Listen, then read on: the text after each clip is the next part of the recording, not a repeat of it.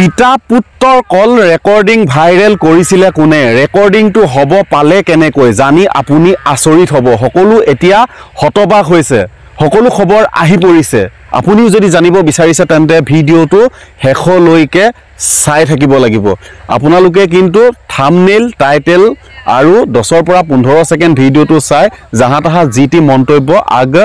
নবহাব হেতু মোৰ ফালৰ পৰা আপোনালোকলৈ অনুৰোধ থাকিল সম্পূৰ্ণ ভিডিওটো চালেহে আপোনালোকে গম পাব মই কি ক'ব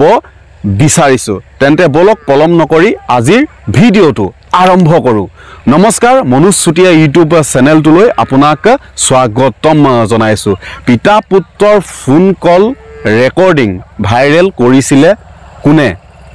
আচৰিত হ'ব আপুনি জানি সক এই ঠাইখিনি আপোনালোকে হয়তো চিনি পাইছে যিসকলে মোৰ নিয়মিত ভিডিও চাই থাকে কিন্তু নতুনকৈ অহা সকলে চিনি নাপাব আৰু নতুনকৈ অহা সকলক কৈছো দেই আপুনি যদি মোৰ চেনেলত আজি প্ৰথম আহিছে প্ৰথম যদি ভিডিও চাইছে তেন্তে চেনেলটো সাবস্ক্ৰাইব কৰি ৰাখিব একদম অন্তৰৰ পৰা অনুৰোধ কৰিছো চেনেলটো সাবস্ক্ৰাইব কৰি মোক অলপ আগুৱাই যোৱাত আপোনালোকে সহায় কৰক এই ভিডিওটো হয়তো লাখৰ ওচৰা-ওচৰি ৰাইজে চাব আপুনি সাবস্ক্ৰাইবটো কৰি যাওকচোন আপুনি আজি নতুনকৈ আহিছে মই গম পাইছো চেনেলটো সাবস্ক্ৰাইব কৰি দিয়ক অলপ উৎসাহ দিয়ক এটা ভিডিও প্ৰস্তুত কৰিবলৈ যাওঁতে বহুত কষ্ট হয় নিশ্চয় আপুনি বুজি পাইছে মোৰ অন্তৰৰ কথাটো গতিকে চেনেলটো সাবস্ক্ৰাইব কৰিব বুলি মই আপোনাক অনুৰোধ কৰিছো দেই একদম বহুত অনুৰোধ কৰিছো আৰু চেনেলটো প্লিজ সাবস্ক্ৰাইব কৰি দিয়ক বহুত দিনৰ পৰা কষ্ট কৰি আছো ইউটিউবত বাৰু যি কি নহওক চেনেলটো আসলতে সাবস্ক্ৰাইব কিয় কৰিব চেনেলটো আসলতে সাবস্ক্ৰাইব কিয় কৰিব হেতু এটা ডাঙৰ কথা হয় চাওক এনেকুৱা ধৰণৰ সমাজত ঘটি থকা ঘটনাৰ ওপৰত ভিডিওবিলাক মই লৈ আহিবলৈ চেষ্টা কৰোঁ গতিকে আপোনালোকে পাই থাকিব ভিডিওবিলাক ঠিক আছে এই ঠাইখিনি আপুনি যদি নতুনকৈ আহিছে চিনি নাপাব এই ঠাইখিনিত মই প্ৰায় ভিডিও প্ৰস্তুত কৰি থাকোঁ এই ঠাইখিনি মই দেখাই দিছোঁ আপোনালোকক এয়া চাওক এই ঠাইখিনিত অলপ দিনৰ আগলৈকে সৰিয়হ ইয়াত আছিলে এতিয়া সৰিয়হবিলাক উঠাই ৰাইজে ঘৰলৈ লৈ গৈছে যেহেতু সৰিয়হ পকি ইয়াতে উঠাব হৈ গ'ল আৰু এইবিলাক চক সৰিয়হ উঠাই মেলি এইবিলাক মাৰি মেলি লৈ গৈছে কিছুৱে আৰু কিছুৱে সেই আঁতৰত দেখিছে আপোনালোকে কিছু ৰাইজে ট্ৰেক্টৰত এতিয়া সৰিয়হ মাৰি আছে মাৰি ঘৰলৈ লৈ যাব এক সুন্দৰ পৰিৱেশ নিজান হয়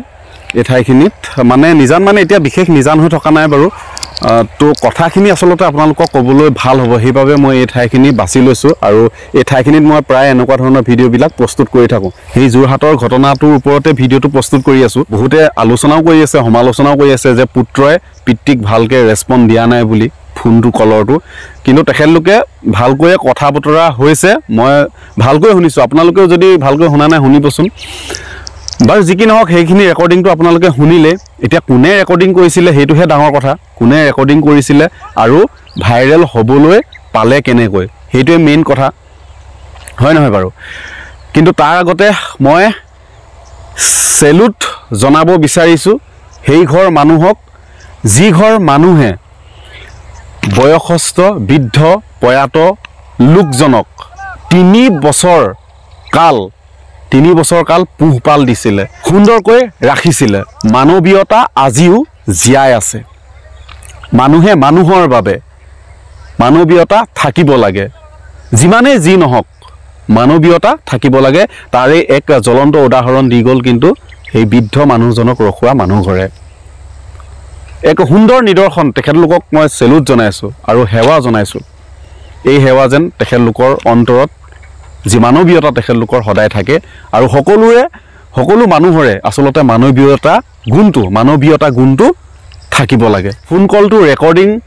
কৰা হৈছিল নৱেম্বৰ মাহতে ভাইৰেল হৈছে এতিয়া লোকজন ঢুকুৱাৰ পাছতহে ঠিক আছে নৱেম্বৰ মাহতে ৰেকৰ্ডিং কৰা হৈছিল আৰু ৰেকৰ্ডিং কৰিছিলে যিজন প্ৰয়াত হ'ল সেই প্ৰয়াত বৃদ্ধ লোকজনে নিজৰ ফোনতে তেখেতে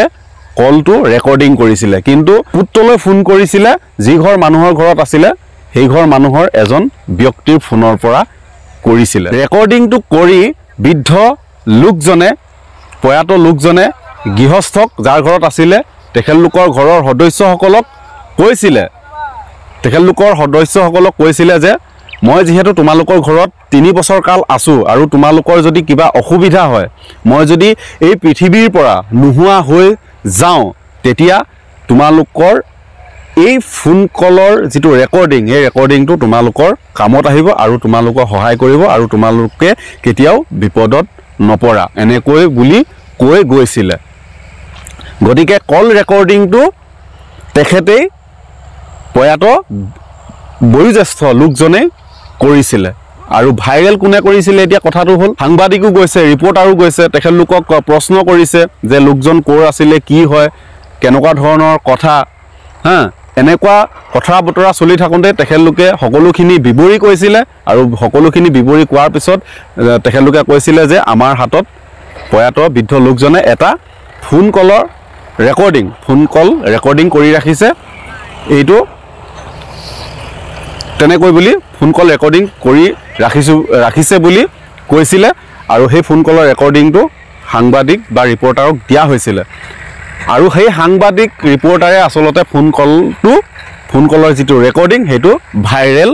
কৰিছিলে আমি ছ'চিয়েল মিডিয়াৰ যোগে কমেণ্টবিলাক চাইছোঁ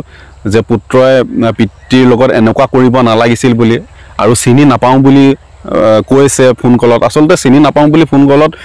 কোৱা হোৱা নাই কিন্তু প্ৰথমে কৈছিলে যে ধৰিব পৰা নাই বুলি কৈছিলে কোনে কৈছে কাৰণ কেলে এটা 18 বছৰ যেহেতু গেপ আছিলে পিতা পুত্ৰৰ মাজত কিছু হয়তো তেখেতলোকৰ মনোমালিন্য থাকিব পাৰে সেইটো আমি ক'বলৈ নাযাওঁ কিন্তু সেই তেনেকুৱা হৈ থকাৰ বাবেহে এটা ডাঙৰ গেপ থকাৰ বাবেহে চিনি পোৱা নাছিলে গতিকে ছ'চিয়েল মিডিয়াত এতিয়া বহুতে কিবা কিবি কমেণ্ট কৰি আছে আসলতে প্ৰকৃত সত্য কি কথা যাৰ লগত আসলতে ঘটনাটো ঘটিছে তেখেতলোকেহে ভালকৈ বুজি পাব আমি ওপৰতে ভিডিঅ' এটা দেখি কথা কৈ দিয়াটো একেবাৰে সহজ এটা ভিডিঅ' দেখিলেও আমি মন্তব্য এটা পটককৈ যি মনত আহে তাকে আমি লিখি দিব পাৰোঁ হয় নাই বাৰু কিন্তু সেইটো আসলতে নহয় যাৰ লগত ঘটনাটো ঘটিছে তেওঁহে উপলব্ধি কৰিব পাৰে আসলতে প্ৰকৃত সত্য কি হয় নাই বাৰু যি কি নহওক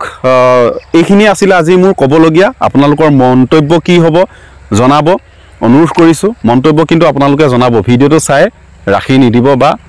সামৰি নিদিব মন্তব্য এটা জনাব এই ঘটনাটোৰ ওপৰত দেই আৰু ভিডিঅ'টো দীঘলীয়া কৰি নাথাকোঁ এটা লাইক কৰিব ভাল লাগিলে শ্বেয়াৰ এটা কৰিব কাৰোবাৰ আপোনাৰ বন্ধুবৰ্গৰ লগত